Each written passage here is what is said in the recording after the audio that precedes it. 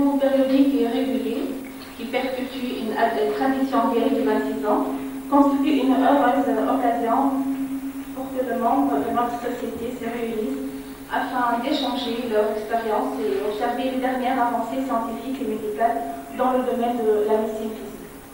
Au cours de ces 2 journées seront abordées les différentes facettes de notre spécialité dans la prise en charge de l'hémiplégie vasculaire à travers 13 conférences, 2 ateliers, un symposium, plusieurs communications affichées et orales, thématiques et libres, et une conférence de consensus d'actes sous forme de table ronde abordant les modalités pratiques de la prise en charge éducative de l'hémiplégie vasculaire.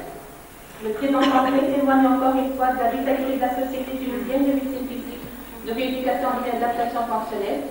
Nous profitons de cette occasion pour souhaiter la bienvenue au professeur Marjou Belaouni, vice-président de l'Université de Monastir, nos invités français, Madame Pascal Pradagel, Monsieur Jean-Michel Vasquez et Monsieur Pierre Demir. Nous leur souhaitons de passer de belles journées en Tunisie et souhaitons de le revoir fréquemment. Un grand merci à nos partenaires et à nos sponsors. Nous ne voulons pas oublier nos confrères du comité scientifique et d'organisation qui ont œuvré avec diligence, efficacité et convivialité dans la préparation du 13e congrès national de la tumeur. Nous souhaitons enfin la bienvenue à tous les participants au congrès en leur espérant de passer d'agréables moments et de profiter pleinement des travaux présentés lors de ce congrès. Bonne réussite au 16e congrès national de la tumeur et l'envie à notre société.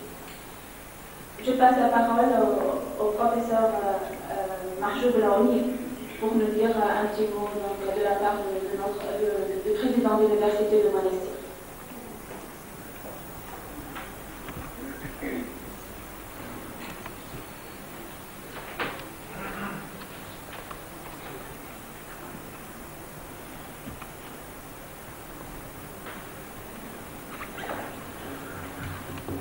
Merci. Merci, Madame la Présidente du Congrès.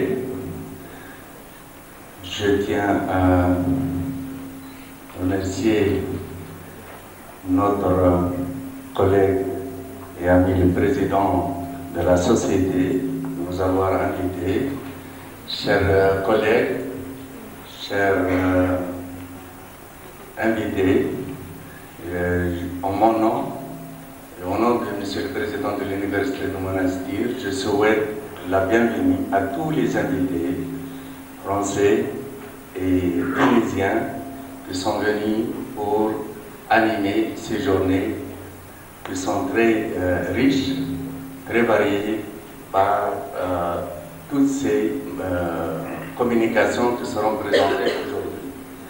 Je souhaite aussi à tous les invités, avec ce programme bien chargé, trouveront dans ce programme aussi complémentaire leur plaisir de passer ces 2 journées qui vont combiner justement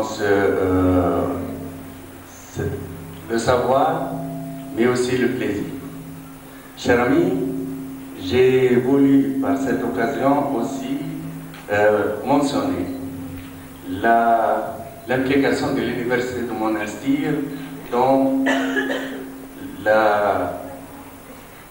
l'encouragement de toutes les activités scientifiques à l'université, et une des premières actions engagées dans ce sens, c'est le partenariat avec toutes les associations scientifiques savantes, surtout dans le domaine recherche et dans le domaine surtout activité culturelle.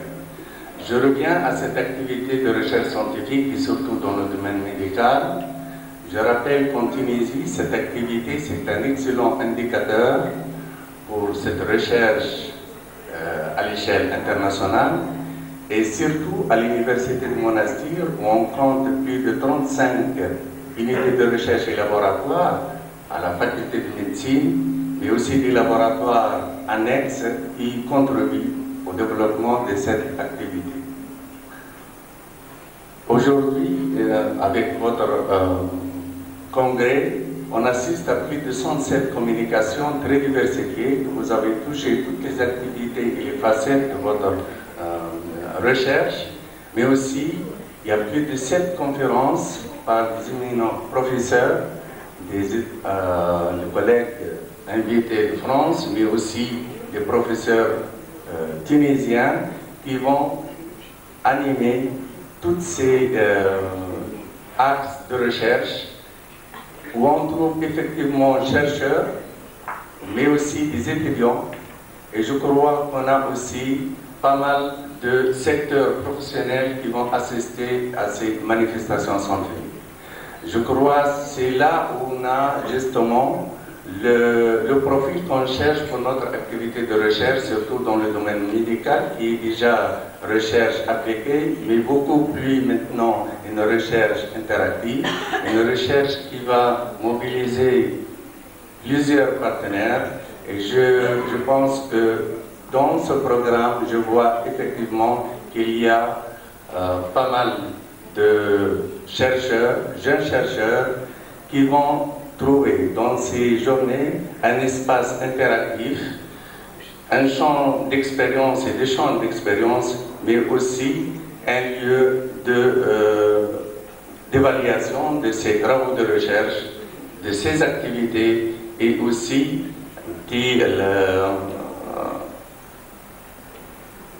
finaliser certains travaux et puis d'actualiser les données dans ce sens. C'est un lieu aussi d'apprentissage, mais aussi c'est un lieu de vulgarisation de cette recherche, parce qu'on a besoin justement d'avoir un impact positif de tout ce qu'on fait pour qu'on aura une recherche à valeur ajoutée qui a un impact socio-économique important. Je vous remercie pour cette invitation et je vous souhaite un bon séjour pour nos collègues invités de l'étranger, mais aussi pour les Tunisiens qui sont venus des autres universités, d'autres facultés de médecine. Je vous remercie de nouveau, Madame la Présidente du Congrès, Monsieur le Président de la Société et tous nos chers collègues professeurs ici présents pour animer ces journées. Merci.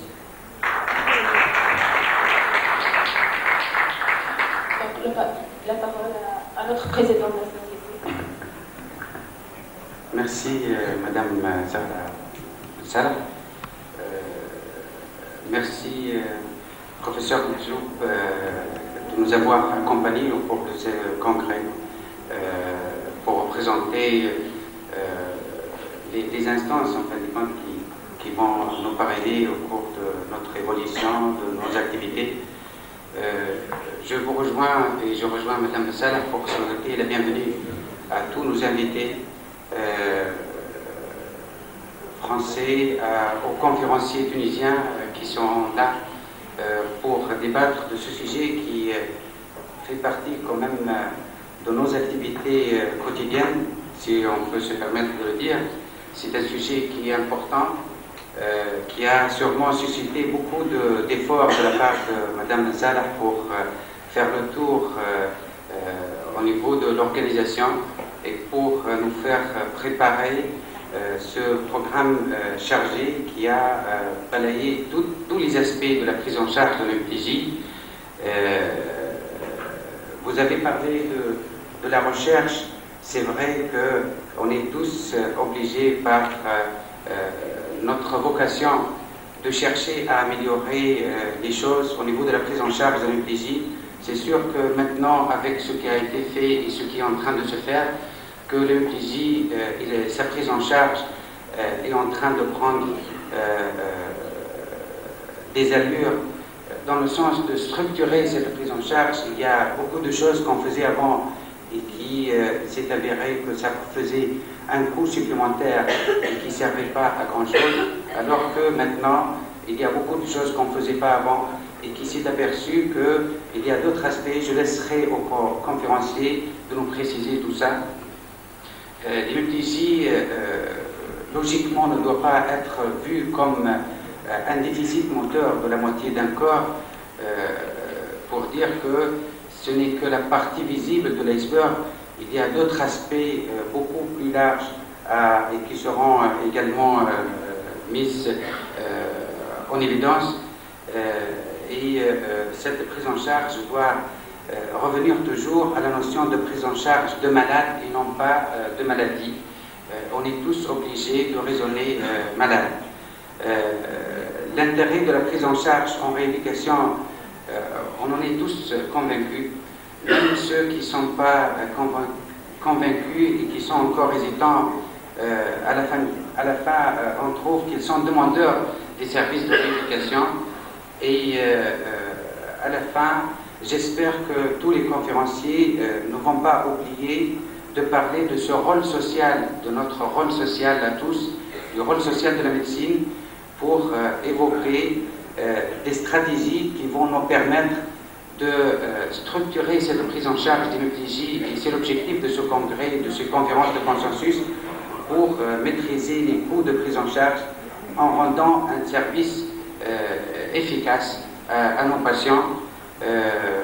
Voilà, j'espère que j'ai fait le tour de ce que je voulais dire, et je donne la parole encore une fois à Madame Salah, que je remercie infiniment pour l'effort qu'elle a fourni et pour annoncer l'ouverture de ce congrès, et je vous souhaite encore une fois la bienvenue et que vous profitez pleinement de ce qui sera exposé.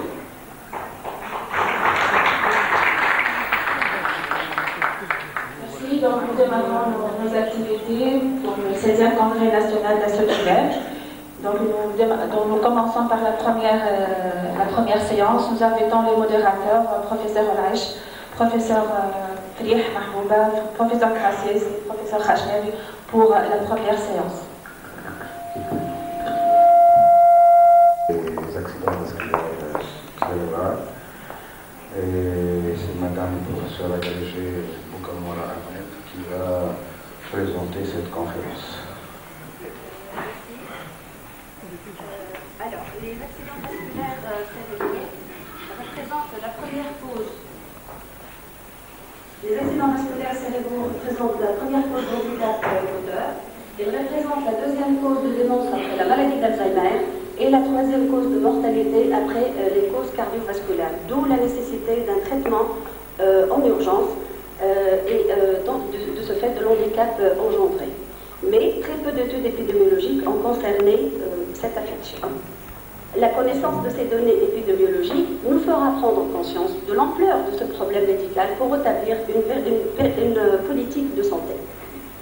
L'objectif de ce travail est de déterminer le profil épidémiologique des accidents vasculaires cérébraux au service de neurologie de Monastir pour sur une période de 17 ans allant de 1993 à 2009. Pour cela, la collecte de données était faite sur des fiches qui étaient préalablement établies, comprenant les données démographiques, les données cliniques, les données étiologiques et thérapeutiques. Les accidents vasculaires cérébraux étaient classés en 5 groupes selon la classification de TOSP, soit les accidents secondaires à l'athérosclérose, les accidents cardio-emboliques, les accidents par occlusion des artères de petit calibre, les accidents d'autres causes et les accidents d'origine indéterminée. L'évolution était évaluée à 30 jours. Nous avons évalué la récidive de l'accident. Nous avons évalué également le développement, donc l'amélioration sur le plan fonctionnel, et pour cela nous avons utilisé l'échelle de la MIF à des différentes consultations. L'analyse des résultats était faite par le logiciel SPSS dans sa version 15. Nous avons regroupé 1713 cas. Les accidents ischémiques transitoires étaient notés dans 870 cas étaient vus au service, donc étaient hospitalisés, et la moitié aussi était vue à la consultation externe de neurologie. Nous avons remarqué que la proportion des accidents vasculaires cérébraux dans notre service varie entre 1,95 et 5,73%. La prévalence n'a pas été étudiée vu la difficulté de réaliser cette proportion à l'échelle nationale, mais la proportion hospitalière était de 3,23%. La moyenne d'âge de nos patients était de 64,18 ans avec des extrêmes allant de 21 à 93 ans. Nous avons remarqué que la tranche d'âge la plus touchée est celle comprise entre 50... et celles comprises entre 50 et 70 ans, soit la moitié des patients, soit 50%. La tranche d'âge comprise entre 70 et 79 ans était notée dans 30% des cas, et la tranche d'âge comprise entre 40 et 49 ans était dans 9,7% des cas. Très peu d'AVC étaient constatés chez le sujet de moins de 30 ans. Nous avons remarqué, selon la répartition selon l'âge et le sexe, que le sexe masculin est prédominant, sauf pour la tranche d'âge comprise entre 70 et 79 ans. Le sexe ratio était de 1 à 28. L'âge de début chez les femmes était de 65 ans, alors que chez les hommes était de 63 ans. Nous n'avons pas remarqué un recul concernant l'âge de début de l'accident vasculaire durant ces 20 dernières années concernant notre population. Alors, les antécédents des patients étaient notés, pour tous les patients. Un antécédent d'HTA était noté dans 67,9% des cas. Au stade de complications dégénératives, dans 4,8% des cas pour la rétinopathie et 0,1% des cas pour la néphropathie.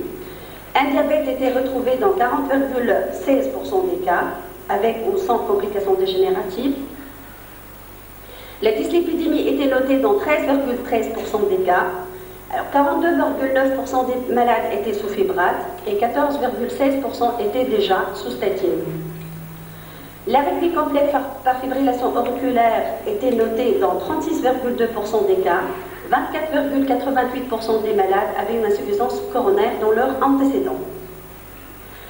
24,1% des malades étaient fumeurs.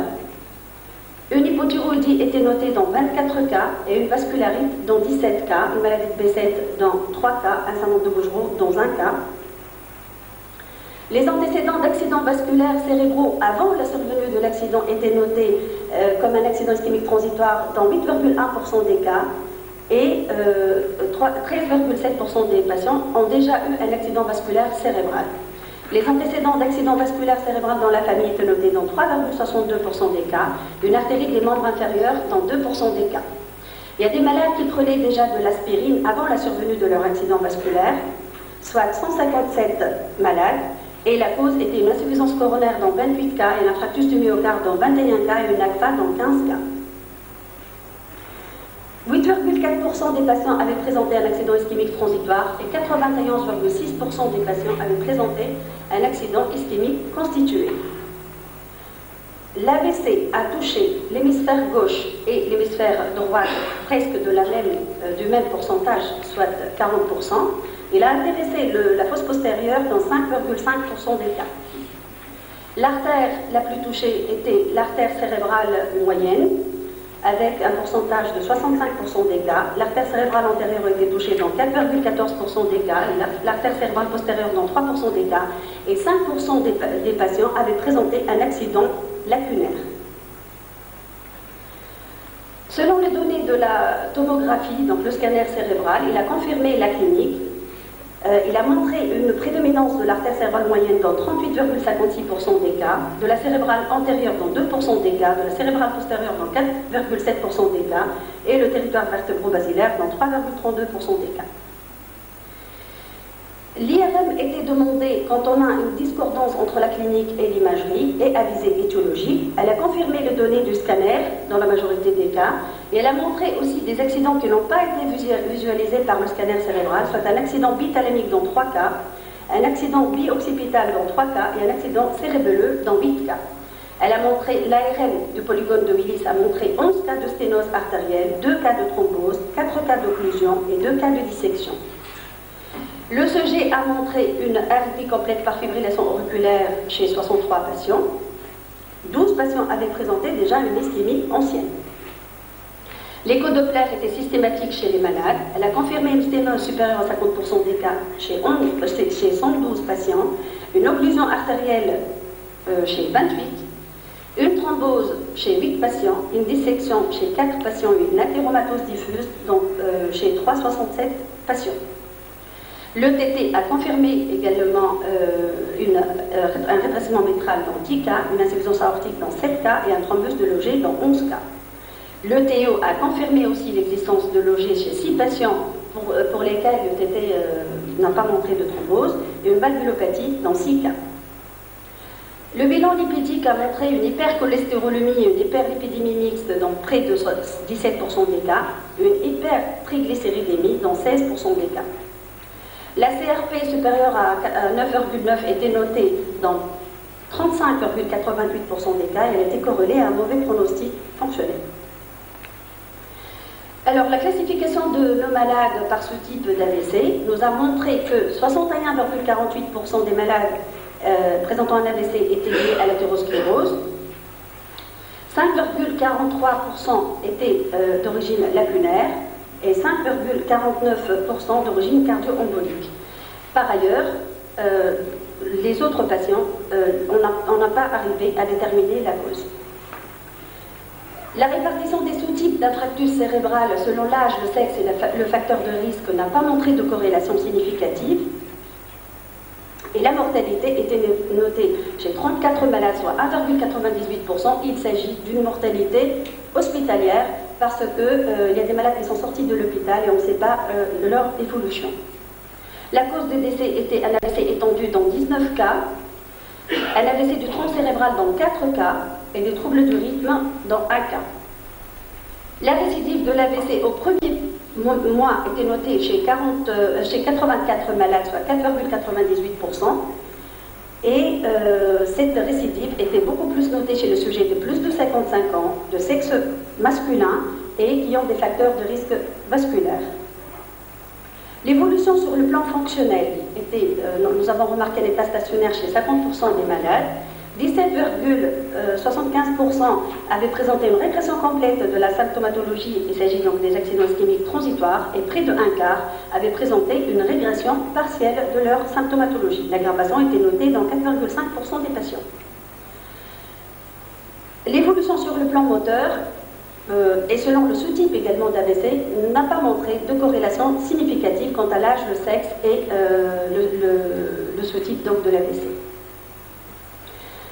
À long terme, 2,33% des patients avaient présenté une épilepsie, donc épilepsie vasculaire, 0,58% des cas ont présenté une démence vasculaire et 0,7% des cas ont présenté un parkinsonisme vasculaire.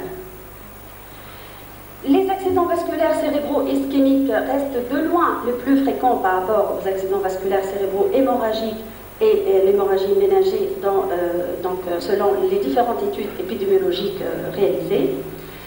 L'incidence annuelle de l'accident vasculaire cérébral est de l'ordre de 150 cas par 100 000 habitants par an et la prédominance reste toujours chez le sexe masculin, donc de moins de 60 ans. Très peu d'études épidémiologiques ont été réalisées. Il y a des études qui ont été réalisées en Europe, soit la France, donc les études de Dijon, en Italie, en Suède, et très peu d'études épidémiologiques ont concerné les pays arabes. Il y a des études qui ont été faites dans les pays du Golfe, et il n'y a pas d'études qui ont été faites malheureusement dans le nord de l'Afrique ou dans la Tunisie. La mortalité dans le monde reste élevée dans les pays asiatiques et dans les pays africains, et le taux de mortalité en général varie entre 20 à 250 cas par 100 000 habitants. Le taux de mortalité en Europe et dans les différents pays du monde est variable donc d'un pays à un autre. En Bulgarie, il est de 2,49,2 pour 100 000 habitants pour les hommes et 155,8 pour 100 000 habitants pour les femmes. En France, il est de 60,4 pour 100 000 habitants et 28,1 pour 100 000 habitants pour les femmes. Et nous avons remarqué ces 15 dernières années que le taux de mortalité est en train de diminuer de l'ordre de moins 4,5%. L'évolution des malades ayant déjà présenté un accident vasculaire cérébral montre que la survie après un AVC est beaucoup plus importante en cas d'accident vasculaire intéressant les artères de petit calibre que pour les accidents de cause cardio-embolique. La récidive après un accident vasculaire cérébral se voit le plus souvent après un accident ischémique transitoire. En effet, 8% des malades qui ont déjà eu un accident ischémique transitoire font un accident constitué dans les 7 jours qui suivent, d'où la nécessité de les hospitaliser, de les prendre en charge la première semaine.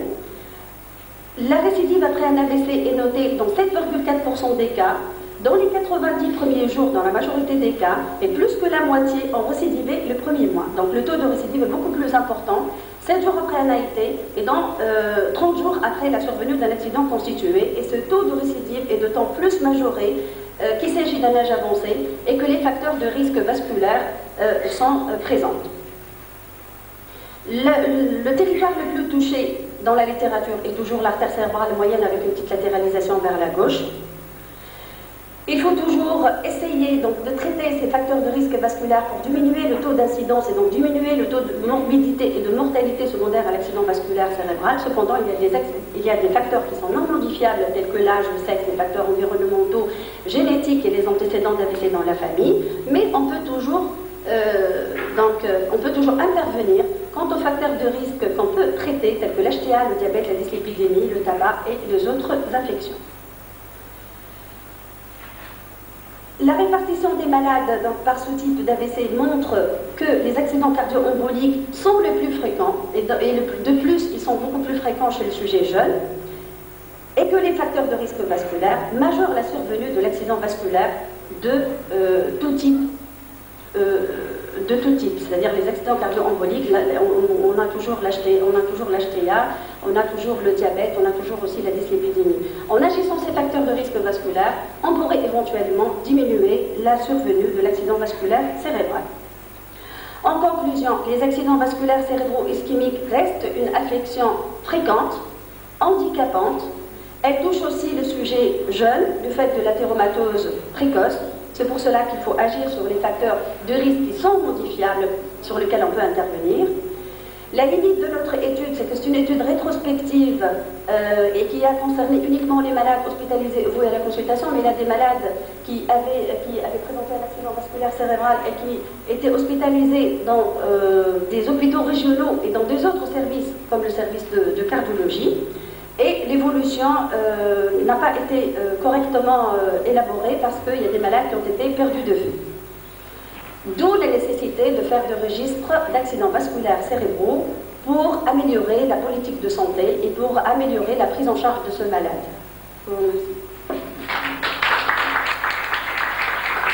Merci beaucoup.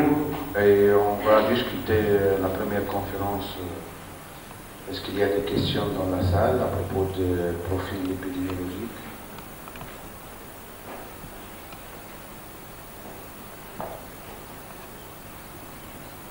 Oui, c'est Carole.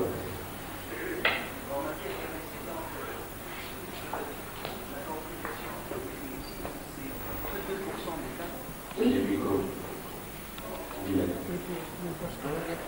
Non, la durée, parce qu'il y a des gens qui sont compliqués après. L'épilepsie vasculaire, c'est après le premier mois. Normalement, la définition de l'IVI. Il y a les crises symptomatiques aiguës qui surviennent dans la première semaine, et dès que la crise survient après la première semaine, ce n'est plus une crise symptomatique aiguë, c'est une épilepsie vasculaire. Avant, on la définissait à 15 jours, mais maintenant, on est beaucoup plus restreint. Donc, pour parler d'épilepsie vasculaire, il faut que la crise survient après la première semaine de l'accident vasculaire cérébral. C'est le crise récurrente après la naissance. Moi j'ai une question concernant le taux de décès. Il me semble que voilà. Et à quel moment c'est vu, surtout la cause du décès en postalité dans la population d'études. Concernant la mortalité que j'ai présentée, c'est une mortalité hospitalière de 1,28%. Et j'ai dit dans le tableau que c'est secondaire à un AVC étendu, c'est secondaire à un infarctus intéressant le tronc bacillaire. Et il y a d'autres causes de décès, c'est un coma hyperosmolaire, une pneumonie d'inhalation, une embolie pulmonaire. Mais ce n'est qu'une mortalité hospitalière. On ne sait pas exactement la mortalité à l'échelle. À la sortie de l'hôpital, on n'a pas pu déterminer la mortalité. Il est vrai que nous avons compte d'études épidémiologiques, un manque énorme. Je me demande comment le ministère de la Santé évalue les plans, les stratégies sanitaires sans indicateur épidémiologique. Ce que j'ai constaté avec plaisir, c'est la régression de taux de mortalité dans les pays comme la France. Alors, comment expliquer cette réduction de taux de mortalité? Est-ce une meilleure prise en charge? Est-ce des modifications, par exemple, des traitements? Quels sont les facteurs qui ont permis de diminuer ce taux de mortalité? C'est la rapidité de la prise en charge et surtout les unités vasculaires dont vous avez va parler tout à l'heure. Et même en Tunisie, je crois qu'il y a aussi une diminution et une réduction de la mortalité. Je crois qu'il y a une réduction quand même par rapport aux années 70, parce qu'avant, un AVC, il a eu son AVC, il va rentrer chez lui. Il va faire toutes les complications et il va décéder par des complications qui sont en dehors de l'AVC, des complications du décubitus. Mais après ces dernières années, on hospitalise systématiquement les accidents vasculaires cérébraux, que ce soit dans les services de neurologie ou également dans les hôpitaux régionaux. Les AVC ne rentrent pas chez eux. Et je crois que ça a amélioré la prise en charge. Je crois que la mortalité a également diminué ces dernières années. Par le professeur Mohamed Douki, concernant la motricité somatique et son contrôle moteur.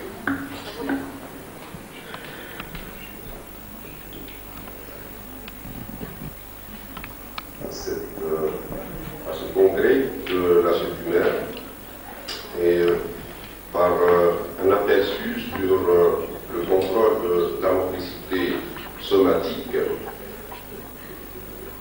Comme vous le savez, la motricité, c'est la fonction qui permet à l'individu de mettre en mouvement une ou plusieurs parties de son organisme, avec comme éventuelle conséquence le déplacement de l'organisme par rapport à un substrat.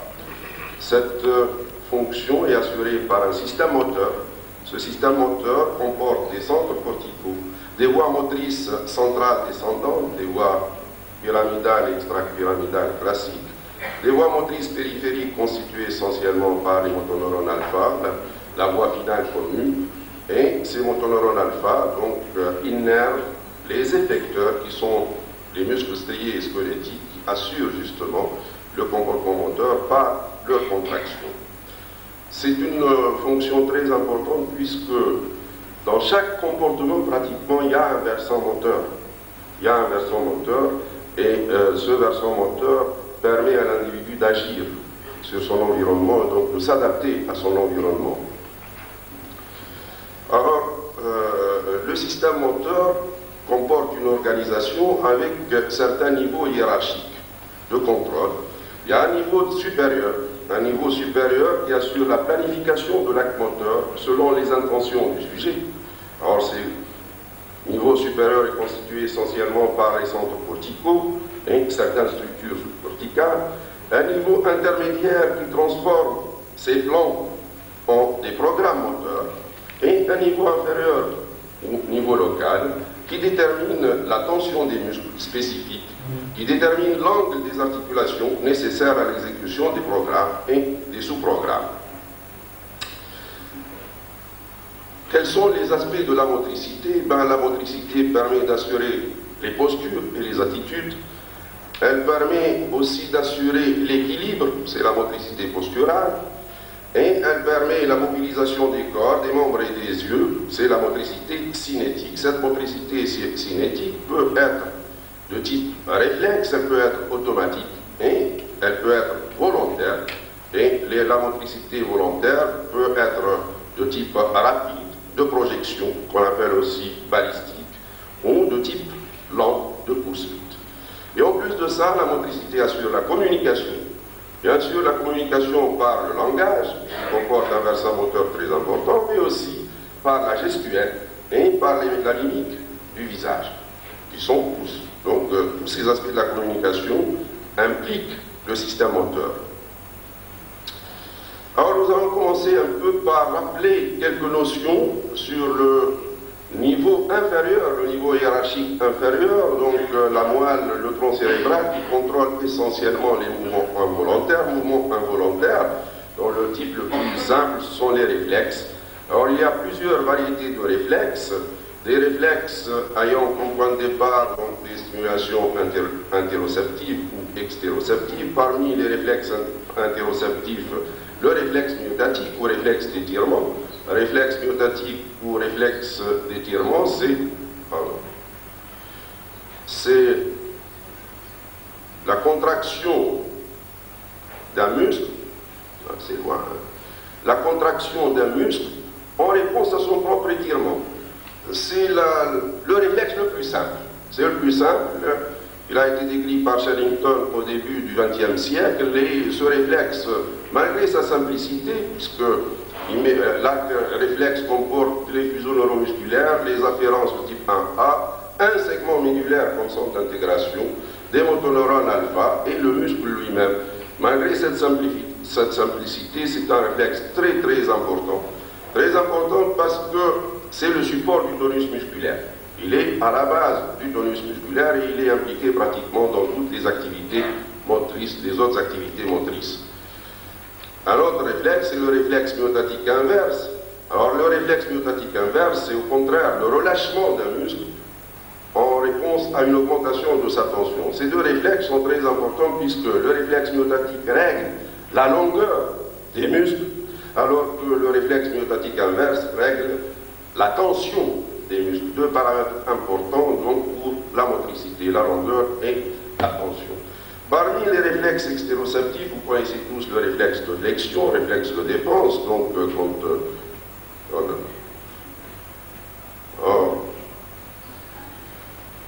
j'ai de gros doigts.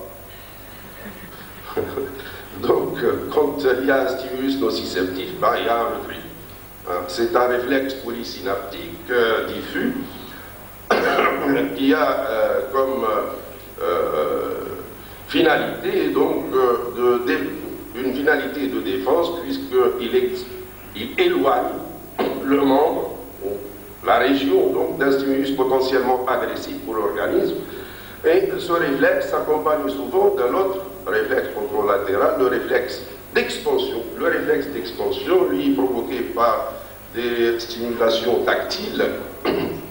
Et donc, c'est un réflexe qui a une finalité d'assurer l'appui, donc avec le support. Et vous voyez qu'au niveau de cette moelle, eh ben, il y a des structures constituées essentiellement par les interneurones qui permettent de répondre de façon adaptée à des stimulations variées. Donc, la moelle permet d'élaborer des réponses adaptées à des stimulations variées. Et donc, ces réflexes permettent d'adapter notamment le tonus musculaire aux autres besoins de la motricité. Parmi les mouvements automatiques, nous avons la mastication, la locomotion. Vous savez que les générateurs de la locomotion qui permettent donc les mouvements alternés de flexion et d'extension des quatre membres sont situés au niveau de la moelle épinière et que ces générateurs sont contrôlés par des structures supramédulaires. À la motricité cinétique volontaire, il y a quelques préalables. Parmi ces préalables, le tonus musculaire. Le tonus musculaire, c'est la légère tension à laquelle se trouve normalement soumis tout muscle squelettique et qui disparaît après la section de son nerf moteur. Ce tonus musculaire, les rééducateurs le connaissent puisque la motricité est compromise aussi bien en cas d'exagération de ce tonus, les hypertonies telles que la spasticité et la rigidité, ou bien dans le cas des hypotonies, donc une diminution du tonus. Alors, ce tonus musculaire permet le maintien des différents segments corporels dans des positions fixes, malgré la pesanteur, c'est le tonus postural, et il permet aussi d'assurer l'équilibre. L'équilibre au repos, c'est l'équilibre donc statique, et l'équilibre lors du mouvement, donc l'équilibre dynamique. Ce tonus musculaire est très important pour la motricité, notamment pour la motricité volontaire, et il a comme origine une activation asynchrone d'unité motrice tonique, activation assurée par le réflexe myotatique. Et donc ça explique que ce réflexe myotatique est très développé au niveau des muscles extenseurs, des muscles qui luttent contre la pesanteur. Ce tonus musculaire, lui, son importance est contrôlé par différentes structures. Il est contrôlé donc à l'étage médulaire et à l'étage supramédulaire. Et ce contrôle revient en fait à contrôler l'excitabilité des motoneurones alpha qui sont la voie finale commune, puisque le tonus, l'activité tonique d'un muscle dépend de l'activité des motoneurones qui l'innervent. Et donc les systèmes de contrôle agissent déjà au niveau donc, médulaire sur l'excitabilité des motoneurones alpha par une boucle, la boucle récurrente de Renshaw. Et ces systèmes aussi agissent sur la sensibilité des fuseaux neuromusculaires par l'intermédiaire deux motoneurones plus petits, les motoneurones gamma, c'est la boucle gamma. Et puis à l'étage supramédullaire, plusieurs structures. Le cortex, le cervelet, les noyaux gris centraux, pratiquement toutes les structures impliquées dans la motricité, participent au contrôle précis de ce tonus musculaire. Un autre préalable, c'est l'équilibration. La fonction d'équilibration étant des bipèdes, normalement notre équilibre paraît instable, puisque la base d'appui, donc notre polygone de sustentation est réduit, et notre centre de gravité est éloigné du support. Or, on constate tous les jours qu'on ne chute pas souvent, il n'y a pas de déséquilibre. Comment ça se fait? Parce que cet équilibre est réglé par une fonction, la fonction d'équilibration, qui assure donc le maintien à tout moment de l'équilibre. À l'état immobile, c'est l'équilibre statique, et au cours des mouvements, l'équilibre est dynamique. Cette fonction est élaborée par des centres. Ces centres reçoivent des informations périphériques, les informations les plus importantes étant les informations vestibulaires. La lésion du système vestibulaire se manifeste entre autres par une ataxie vestibulaire, un trouble de l'équilibre, entre autres. Les informations visuelles aussi, proprioceptives, tactiles, sont très importantes. Et ces centres commandent les muscles squelettiques par des mécanismes réflexes et donc adaptent en permanence le tonus musculaire aux besoins de cet équilibre statique et de cet équilibre dynamique. Et donc les aspects de cette fonction d'équilibration, c'est le maintien des postures et attitudes, la stabilisation de l'équilibre et l'orientation du corps dans l'espace. Alors, nous passons à la motricité volontaire. Donc, la motricité volontaire donc, est une motricité dirigée vers un but, donc intentionnel. Cette motricité volontaire, les mouvements volontaires sont la conséquence de la mise en jeu de plusieurs étapes. Une étape de préparation qui peut démarrer par une incitation, c'est-à-dire une stimulation à effectuer un mouvement. Cette stimulation peut être endogène ou exogène. Cette incitation aboutit à la motivation, et cette motivation déclenche l'intention d'agir. Après cette préparation, il y a la planification, la planification et la programmation de cette activité volontaire. Planifier, c'est élaborer la configuration générale du mouvement. Donc c'est l'organisation dans le temps et dans l'espace des gestes et séquences élémentaires à mettre en jeu. Et la programmation, c'est spécifier les paramètres d'exécution du mouvement tels que l'amplitude, la direction, la force et la vitesse. Et enfin, l'étape d'exécution du mouvement, c'est l'étape qui met en jeu l'effecteur musculaire par l'intermédiaire des motoneurones qui le commandent, et cette exécution est contrôlée au cours de son déroulement. Et bien, toutes ces étapes mettent en jeu différentes structures.